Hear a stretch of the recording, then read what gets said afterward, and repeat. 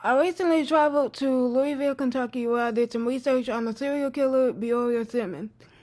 Simmons was born in May of 1954. He was convicted of kidnapping, raping, and murdering 3 women in Louisville, Kentucky.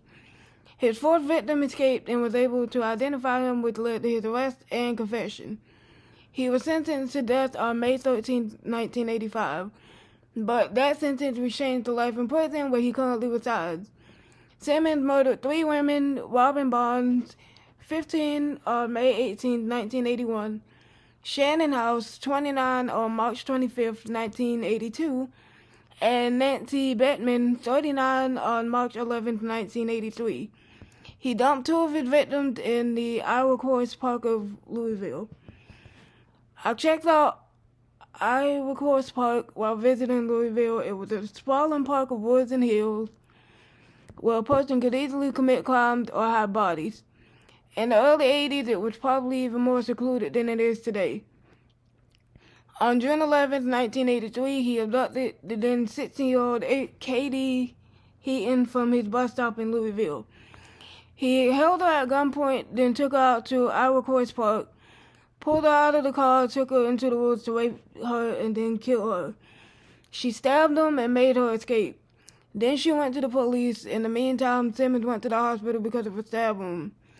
He claimed he was stabbed by people trying to rob him, but the police were looking out for a stabbing victim because of Heaton's story about her abduction.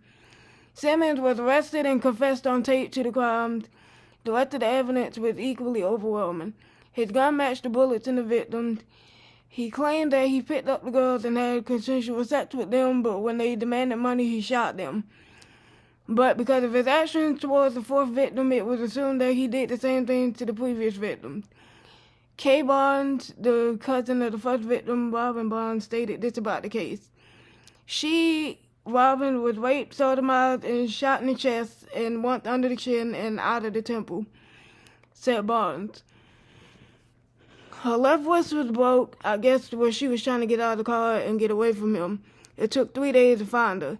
Simmons was found guilty and sentenced to death. However, he appealed the death sentence on several points. He claimed he did not have expert testimony of his mental capacity because of his proper status.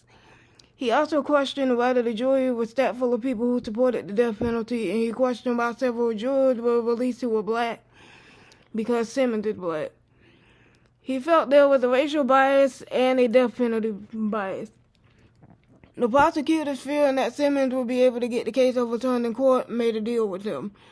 They got rid of the death sentence, giving him 6 life sentences instead. They also agreed to give him a single cell and never move him from Eddyville prison. In exchange, he promised to stop all appeals.